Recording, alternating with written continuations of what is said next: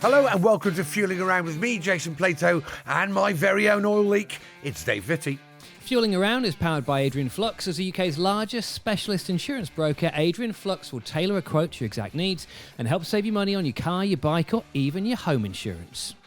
Now, don't forget to press subscribe on YouTube so that you'll never miss an episode, or press the follow button on Apple or Spotify or wherever you get your podcasts from. Dave, how are we? I'm very good, thank you, Jason. How are you? Yeah, enjoying the sunshine, actually. Absolutely, and you're looking quite summery and sunshiny in your, what would you describe that colour as? Is it yellow? Is it kind of custard? It's hearing aid beige. Hearing aid beige. Well, yes. It suits you. It looks nice. It's a classic. It looks summery, and I'm sure that today's special guest will appreciate. Because he's a gentleman that appreciates design and the finer things in life and whatnot. And I think what you're wearing is completely on point.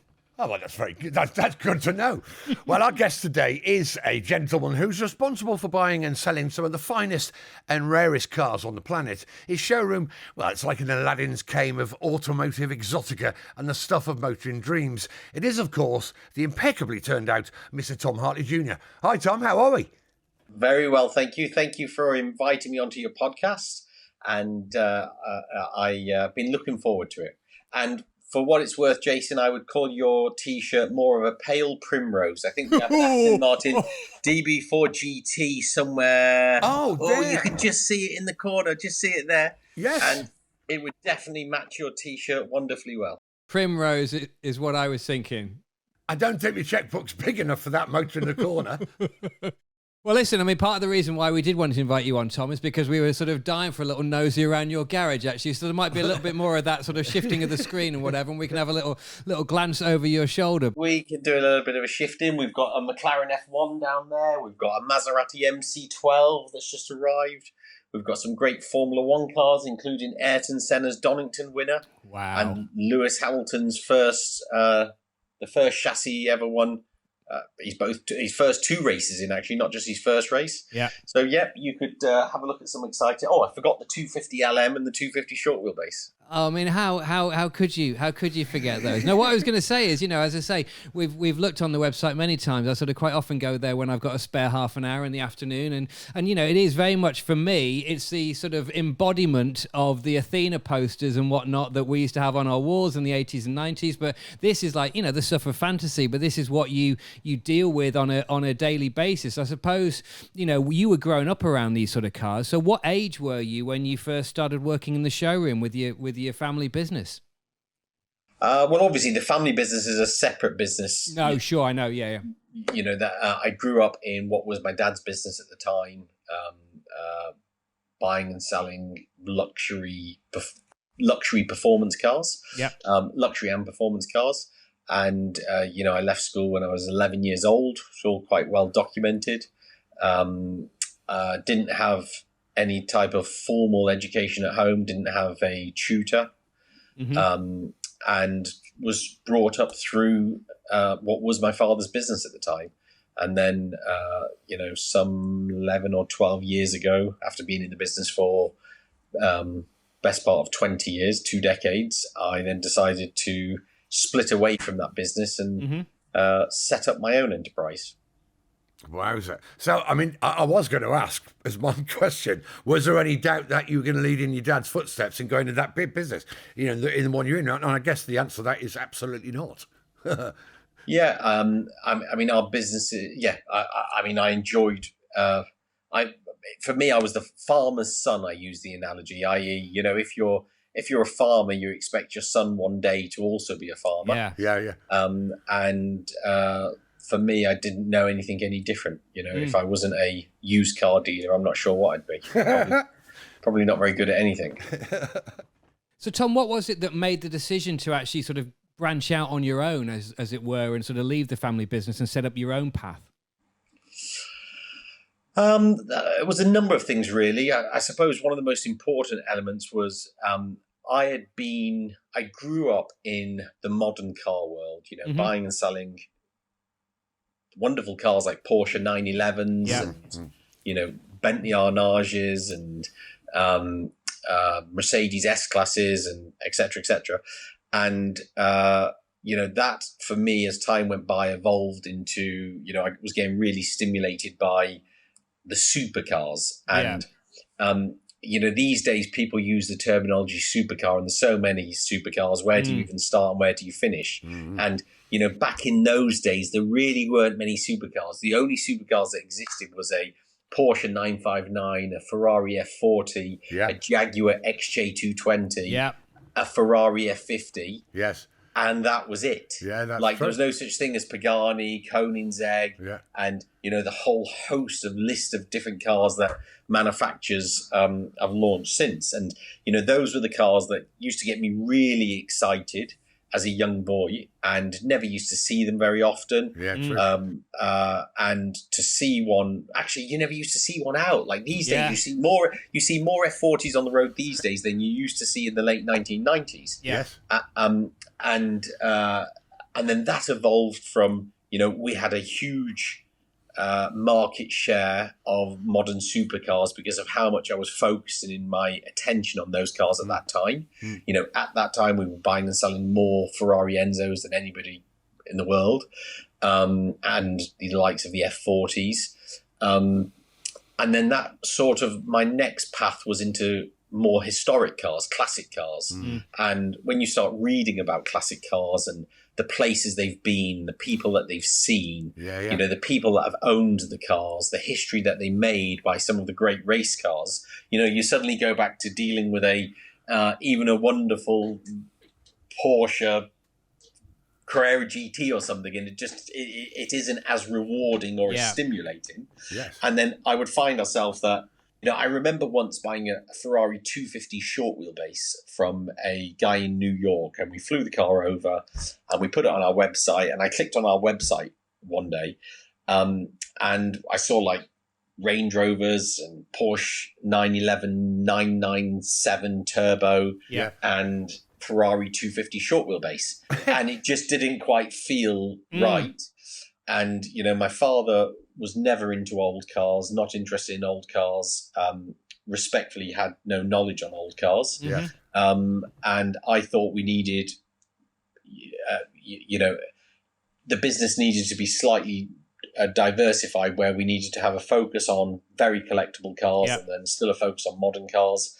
And then my dad and I have a habit of disagreeing. I think that's true with all dads and sons, isn't it? So we disagree about most things, and then it was one of those things where I thought, I'm not sure where this is going and what's going to happen in 5 years' time or 10 years' time, and I want to build something that's, I had a vision on what a business, the ideal car business should be, and focusing on the greatest cars in the world. And that's what I wanted to create. Well, I mean, it's certainly, I follow you, your website and your Twitter feeds and everything. And there's some beautiful, amazing historic cars which have gone through your hands, if you like. What would you say is the most memorable historic, maybe even the most expensive car which has gone through your system? And we don't want to be rude and talk about numbers, but what would you say is the car, if you had to pick one, which has gone through the books? Do you know? It is utterly bonkers on the car. Like today, we concluded a transaction on a McLaren F1, right? And the car is actually, I don't know if you can. You probably can't quite see it anyway. It's just around that corner, but and it's a huge ticket car, and it's got to a stage we sell so many wonderful cars that the rest of the team here just consider it extremely normal. And I am a car pervert, and I still get very excited by every car that we trade of that level, because I just think how special the car is, how important it is, how privileged we are to be involved in handling those cars. But Jason, we've sold 3 Ferrari 250 GTOs. We've sold the most important Ferrari 250 Testarossa on 2 separate occasions. Wow. These are cars that are like north of 60 million. And up until recently, I would have said to you that the most important car was the 250 Testarossa, because it was chassis 0704, the only unrestored example, the car that won Buenos Aires, the car that won Sebring, had all great drivers like Olivier Gendebien and Mike Hawthorne, and all the great people drive it in period. Yeah. But then a couple of years ago, I bought a Ferrari 250 GTO, and we decided before we were going to sell the car, we decided to do a total restoration. Good Lord. And the original body had been separated from the car many decades ago, but still remained with the car. Right. And we decided to reunite the original body, do a total restoration. And when we started to embark on this process and then dive into the history of the car, and to think that the success that this car had in period, and it was a Ferrari 250 GTO that was born in blue, not retail red. It had a unique color interior. Everything about it was so spectacular. Yeah. I would say that would probably take the cake at the moment. Good Lord. And in terms of the restoration, do you do that work yourselves in-house, or have you got a team of specialists outside suppliers? We have cars all over the world that are being restored. However, we don't actually restore any cars in-house because the different genre of cars that we deal in is quite unique amongst car dealers or brokers. We sell lots of Formula One cars, Grand Prix cars. You need specialists in each area of that car, don't you? If you go to the very best Ferrari mechanics in the world and you give them a Porsche 2.7 RS, they can find their way around it. Yes. But they're not experts on the model. So we would end up having to employ the whole bloody world, the whole car business, to be able to take care of our cars. Exactly. And the other thing is, there's a lot of people out there who claim to restore cars themselves, other dealers, and they really don't. They send their bodies off to a specialised bodybuilder, a body repairer. They send the paintwork off to a specialised paint shop, and they just bring it all back. And the only thing that's done from themselves is an invoice. And so, we would rather be very transparent with people and say, look, your Ferrari should go to Italy. The best people to restore that in Italy, and our own cars. We have 21 of our own cars in restoration at the moment. Wow. Okay. Wow. So, Tom, when you're making some pretty serious business decisions in terms of whether to buy a particular car and indeed at what price, do you often already have in mind who you might sell it to through your network? Do you kind of think, I guess it's a bit like snooker in a way, you're almost thinking 2 and 3 shots ahead. You think, if I get that, I think that so-and-so would be perfect for it. Does it work like that or not? You can't help, if you live and breathe your business, that when, like today, I'm looking here now, somebody offered me a car a couple of hours ago, and I'm thinking that if we do procure that car, I'm thinking of a couple of people off the top of my head who I would fancy being interested in it. Yes. However, look, I would never buy a car thinking that I was certainly going to sell it to somebody, because you'd end up being skint if that was the case. Because I'll give you all the viewers a THJ motto is that no deal is done until the money is in the bank. You take it back out the bank, count it, and put it back in the bank. because I've been in business for long enough to realize that somebody saying, I will buy one of those cars if you get one in, compared to actually sending the money, doing the deal, are two very different things.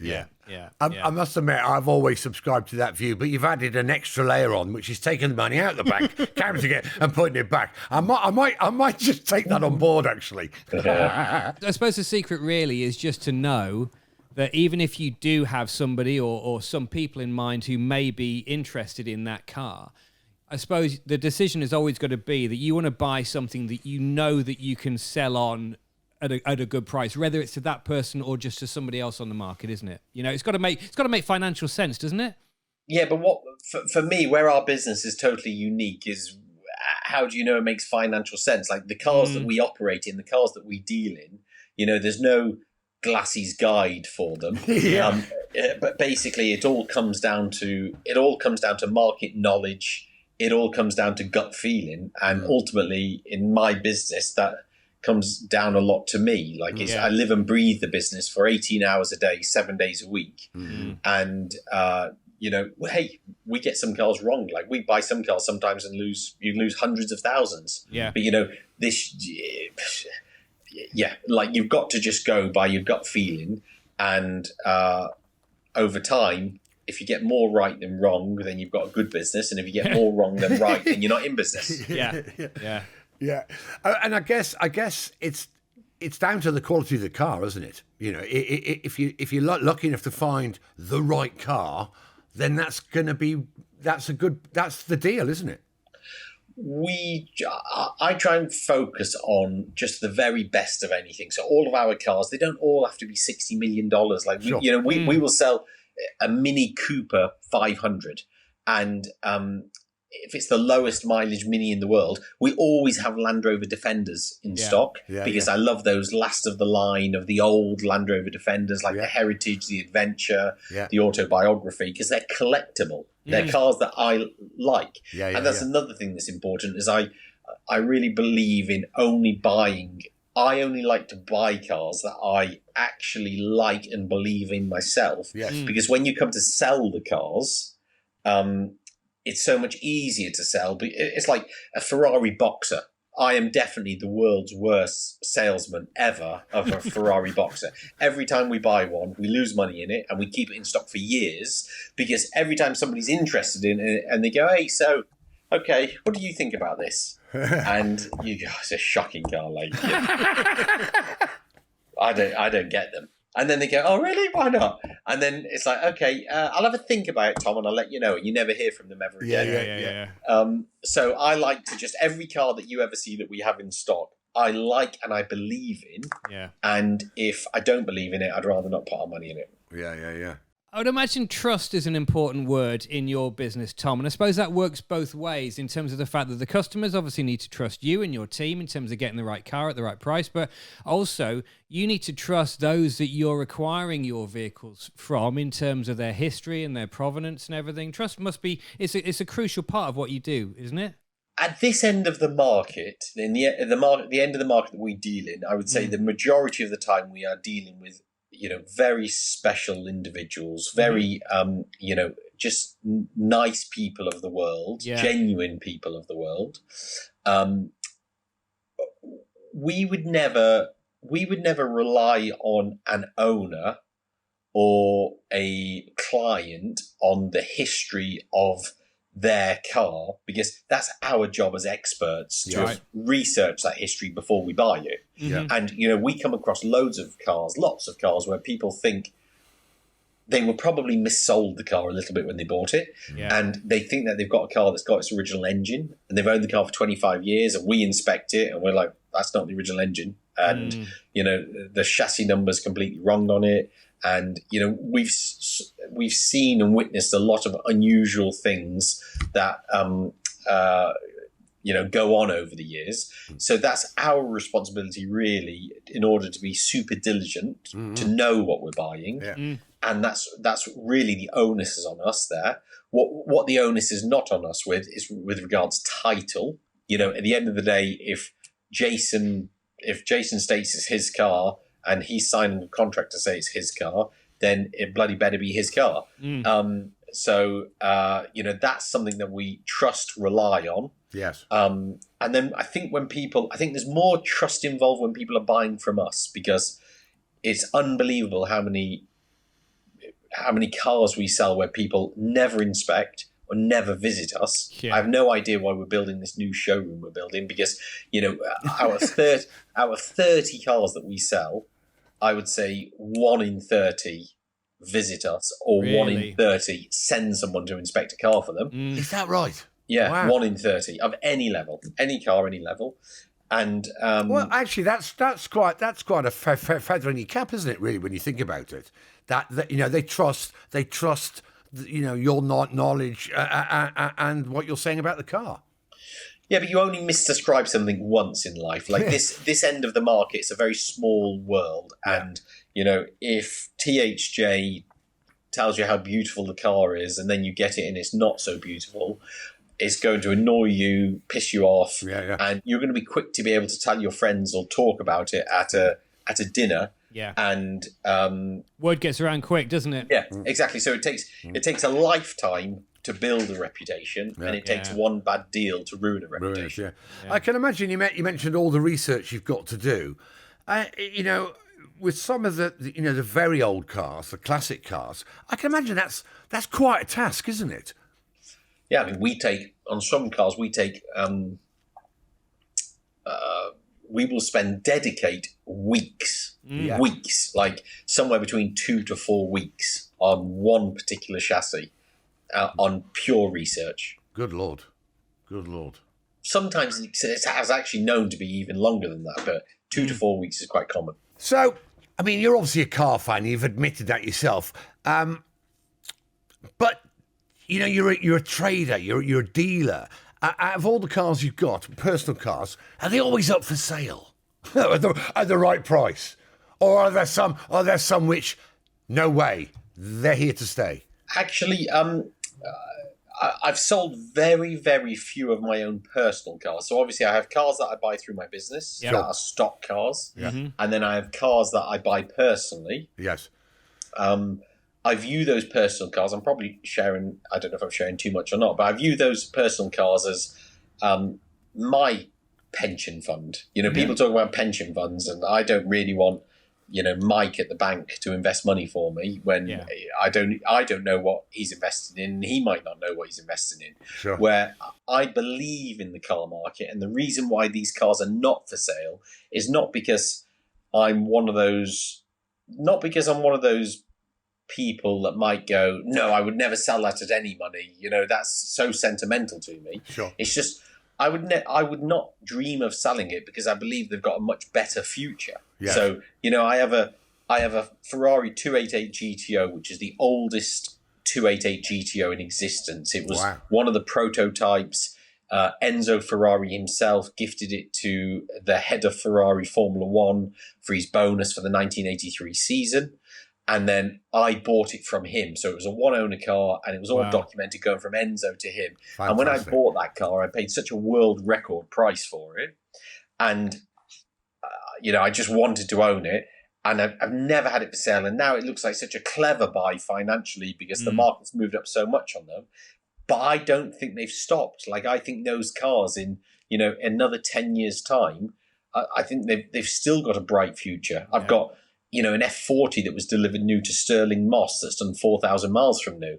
And, again, I was using it this weekend and somebody said to me, I bet you'd never sell that car.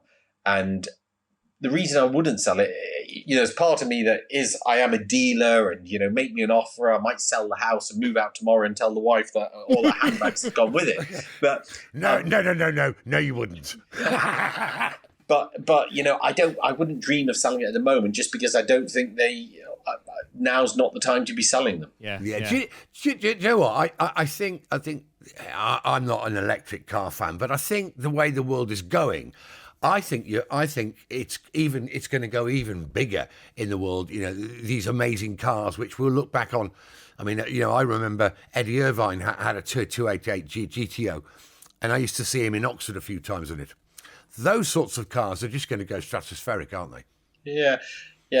His car is an interesting car. The chassis of it actually is traded hands a lot of times. It's had a few bumps along the way. I think the real analog great supercars, the F40, the GTO, those cars, I think have got a bright future ahead. Even McLaren F1s, F1s. They're now a stratospheric level of value, but, they're not even half the price of a 250 GTO. Yes. They're closer to a third of the price of a Ferrari 250 GTO. Yeah. And a 250 GTO is the Rembrandt of classic cars. It's the old master. It's the car that stood the test of time. It's the most wonderful car to drive. Yeah.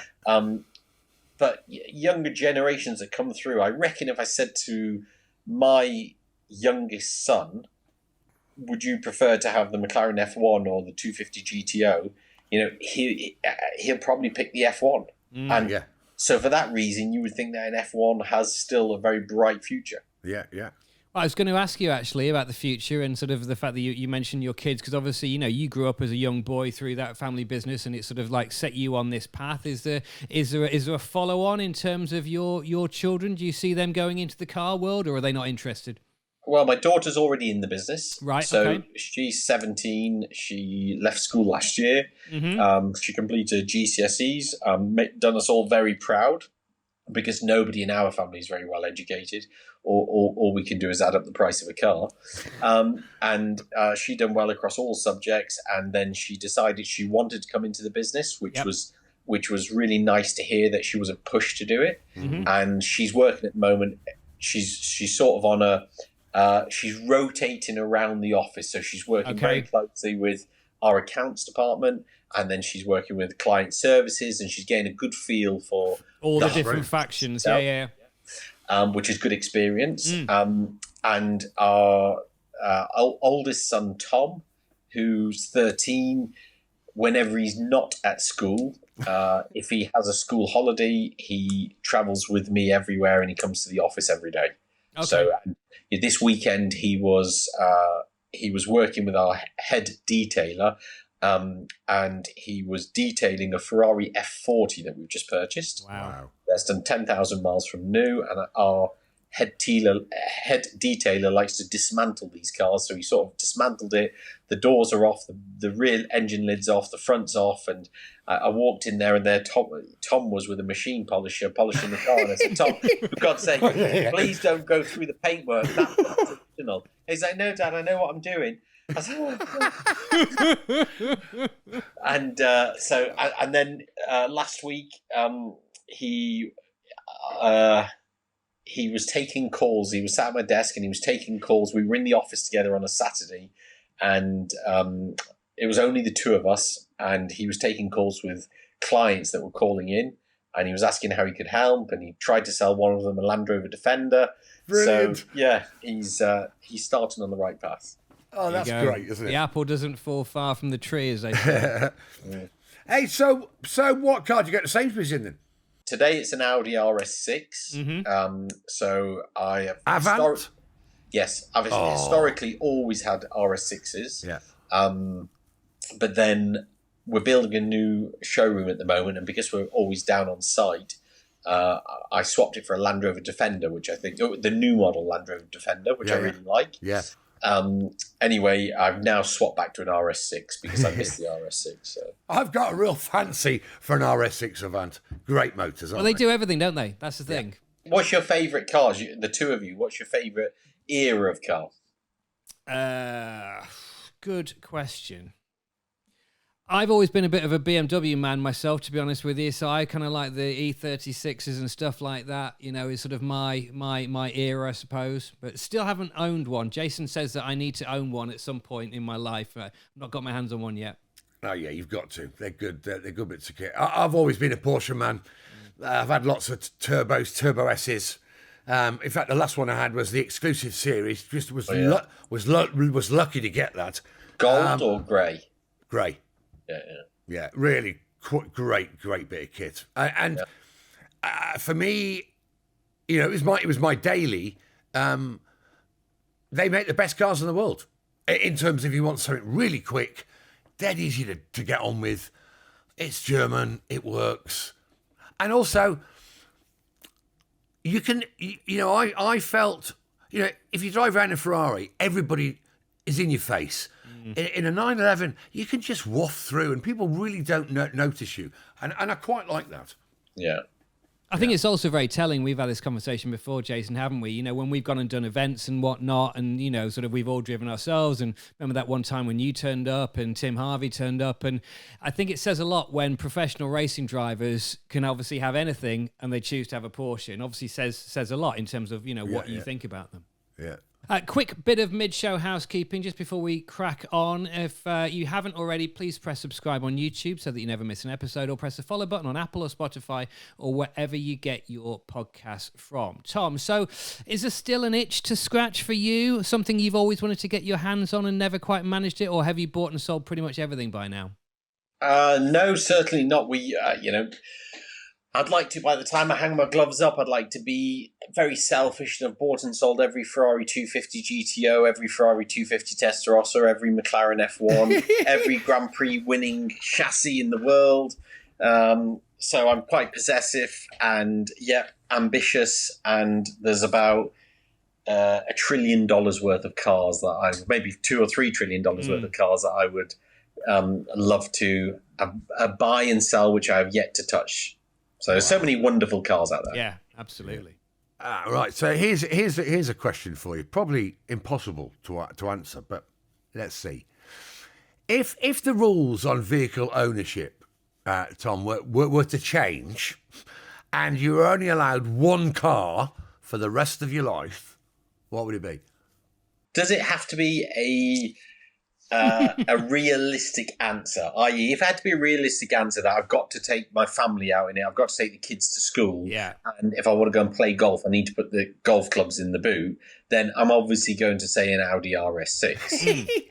Good lad, yeah. Because there's nothing better than that. But if you said, what's your dream car that there's only one car and that's the only car you're ever allowed to own again, and it's just you yourself, Tom. Yeah. What would that be? Then I think a 250 short wheelbase California Spider. Mate, yes. Takes a bit of beating. I think that's a car. You're right, though, to distinguish it, aren't you? Because as you say, you're sort of thinking about what is the ultimate car for you, but then also you're thinking about the practicalities. You're not going to do the tip run in the 250, are you? So, it's different cars for different jobs. Yeah, I probably won't do the tip run in the RS6 either, to be honest. But, I was thinking more in case I had to think about the wife and kids and giving them a lift home from somewhere. Yeah. They'll probably all be uncomfortable on the passenger seat of the California Spider. Yeah, absolutely. That's my dream car. It's such a beautiful, beautiful car. No, they are stunning. Amazing bit of kit.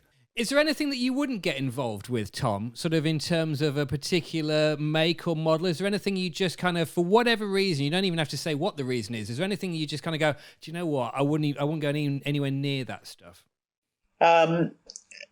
If you'd asked me this question a couple of years ago, right. This could be a bit controversial, but if you'd have asked me that question a couple of years ago, I would have openly said a Koenigsegg.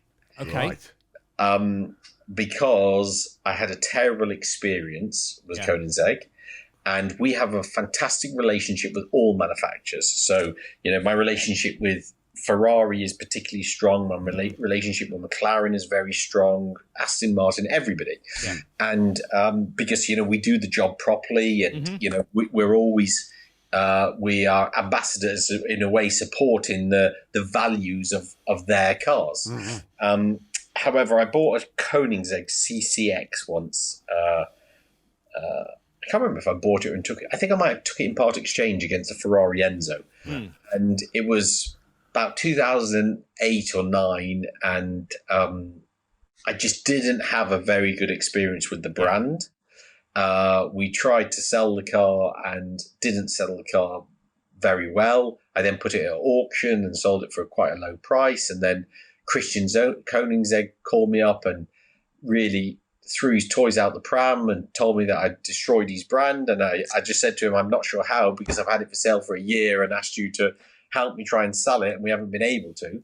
And they were very illiquid cars at that time. You couldn't sell one, and you definitely couldn't go and get a check for one. Yeah. However, so as over the years, I've always thought I don't want anything to do with the Koenigsegg. Every time somebody's asked me about one, I'm like, no, I'm a Pagani man, not a Koenigsegg man. Yeah. But I do like the new car that they've just brought out today.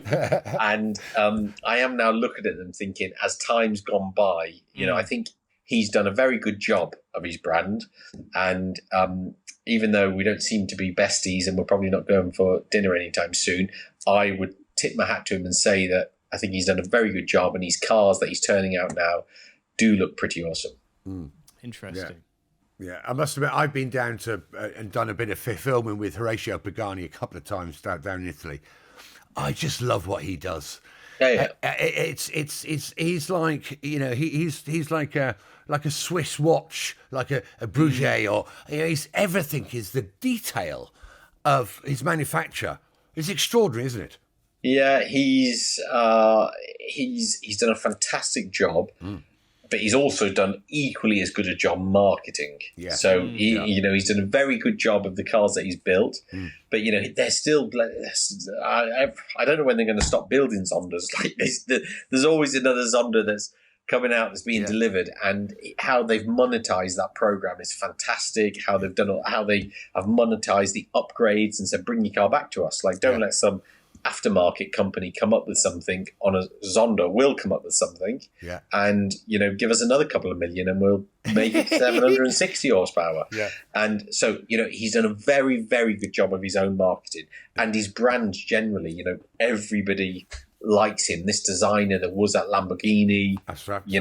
And he set up his own car brand, and normally it's a generational thing. Normally the first generation, it's very hard to get a car brand off the ground today, and he's well and truly got it off the ground, and he's done a great job. No, he's a very interesting character, isn't he? Yeah. Where do you sit on electric cars? Rubbish. At last, a bit of sheer honesty. Rubbish, absolute rubbish. Yeah, it's just so sad. I'm looking out. If I look here and I'm looking underneath me, there's a 1953 Aston Martin DB3S and a 1965 Ferrari 275 and a 1956 Mercedes 300 SL Gullwing and a 1928 4.5 litre Bentley. Yeah, are we ever going to say? And there's a 2024 i4 or a Tesla Model 3 or S or whatever it's called. They're just a life part. Like they're now, it's like the ancillary items that you get on an engine that can be replaced. Yes. The car now is just a life part. It's like a battery. Well, it is a battery, isn't it? I'm saying it's like a battery, but it's like you replace your battery, you now replace your car. Yeah, well, they're white goods, aren't they? Yeah, they are. They're like white goods. They are, and this is, we've had this conversation in various different forms, haven't we, Jason, over the years? In as much as the one thing that connects all of us on this podcast is the fact that we all love cars and always have loved cars, but it's that sort of relationship which sort of goes beyond it just being a mode of transport or a product. And the thing that electric cars don't have that obviously, the internal combustion has is that ability to breathe and be alive, without being too romantic about it. But I think it's very true, isn't it? You just don't get that with the white goods that they're turning out today. And I don't think that they will ever be regarded with the same affection, rather, as we do for our classic cars now. No, I don't think so either. I think it's very sad. I also think that we may see a reverse. Like, I wouldn't write off the possibility of, internal combustion engine cars coming back. Yeah. And, all of these manufacturers who said we're going to be all electric by such a day. I mean, when did Land Rover state that they were going to be all electric? That went out the window, didn't it, quite quickly? Yeah. And Porsche are still working on combustion engines, aren't they? Yeah. Because they're, I think e-fuel will come, and it will come quickly. I hope. All synthetic fuels, and there's, I think the German government, they pushed their ban back on electric cars, and all governments, like the UK, when they said the only cars that's going to be allowed into city centres were going to be, I think, by 2030. Like, that's just gone. Forget about it. Where are they going to get all the electricity from? I know. Yeah, or cables. How people are going to charge them in streets. Yeah. It's bonkers, isn't it?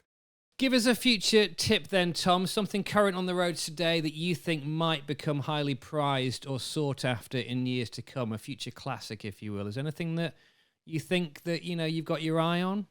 I should be charging you for this. You should be, yeah. This isn't free. People have forums all the time, and they charge people like $1,000 to $10,000 a seat to come in and learn, and you're asking free of charge. Absolutely. That's what we do.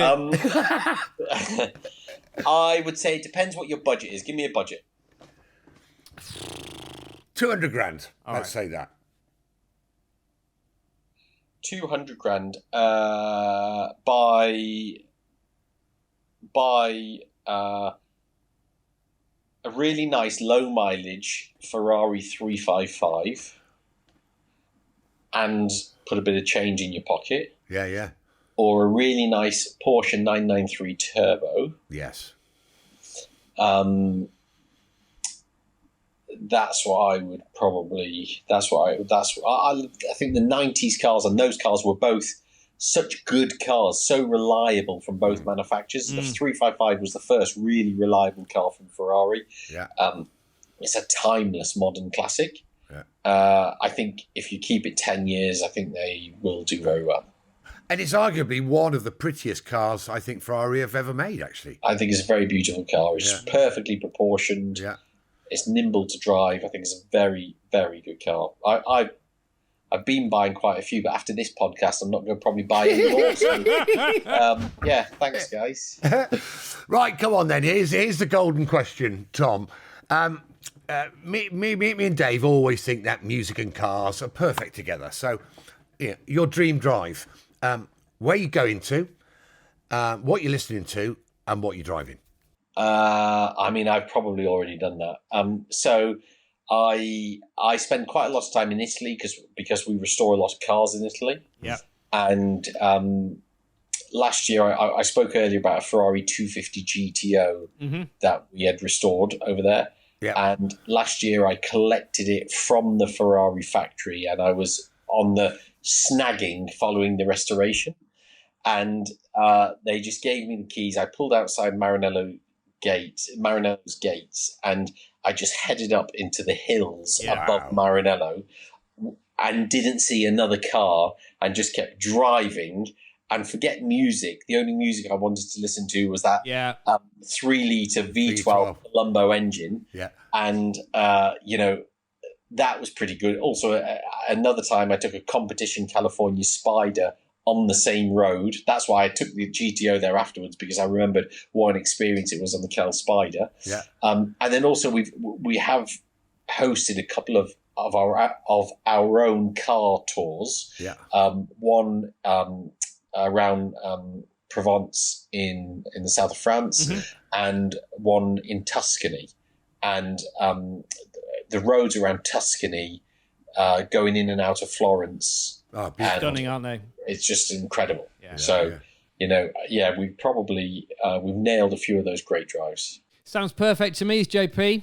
Certainly does. Well, unfortunately, that's it for this week's Feeling Around, powered by Adrian Flux.